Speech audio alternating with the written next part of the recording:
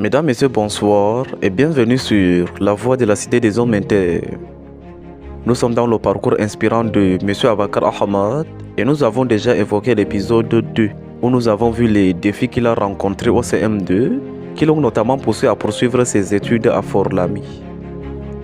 Il y a donc fait ses classes de 6e et de 5e. Mais arrivé en classe de 5e, M. Abakar Ahmad sur un coup de tête a de nouveau décidé de rentrer au Cameroun pour poursuivre ses études.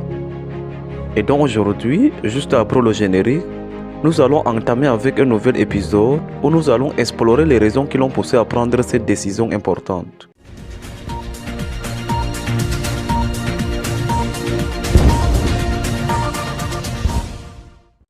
Les raisons qui ont poussé M. Abakar Ahmad à retourner au Cameroun pour poursuivre ses études sont multiples.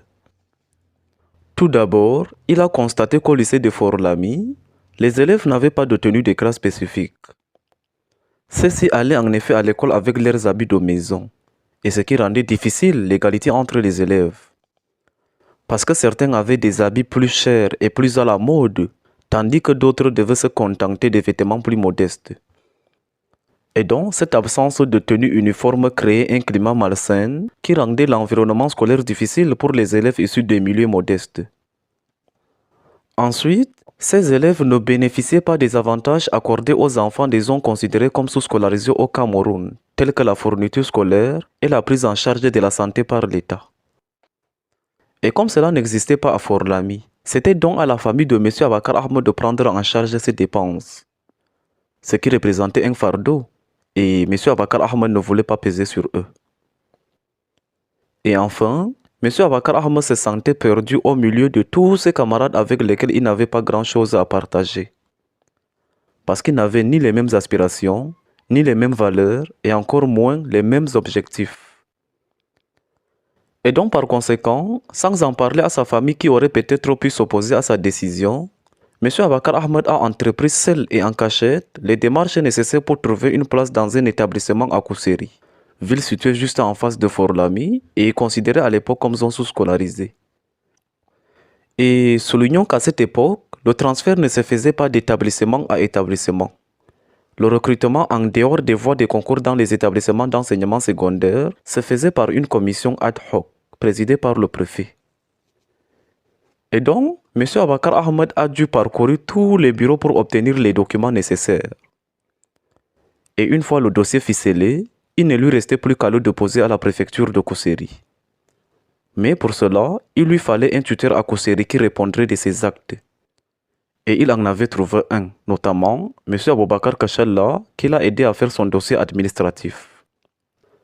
Ensuite, ce dernier lui a indiqué la maison d'un vieil homme de son quartier à Goulfé installé à Kousséri, répondant au nom de M. Likali Abazara.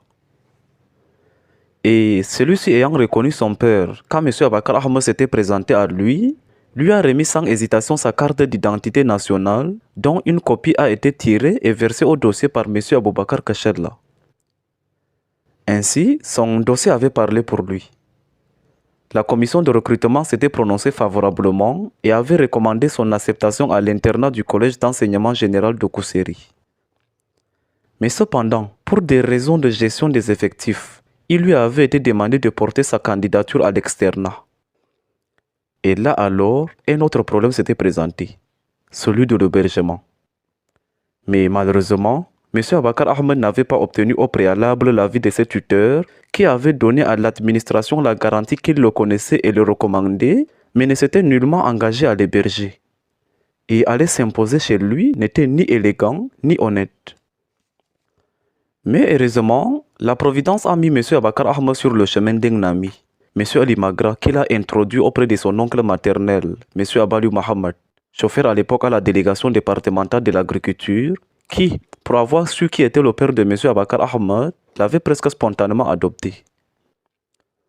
Mais soulignons que dans la maison de cet oncle, il y avait beaucoup de monde. Jamais il n'y avait eu moins de 20 personnes à sa table. Et lui non plus, il ne s'était jamais plaint. Mais il était clair qu'il avait des difficultés.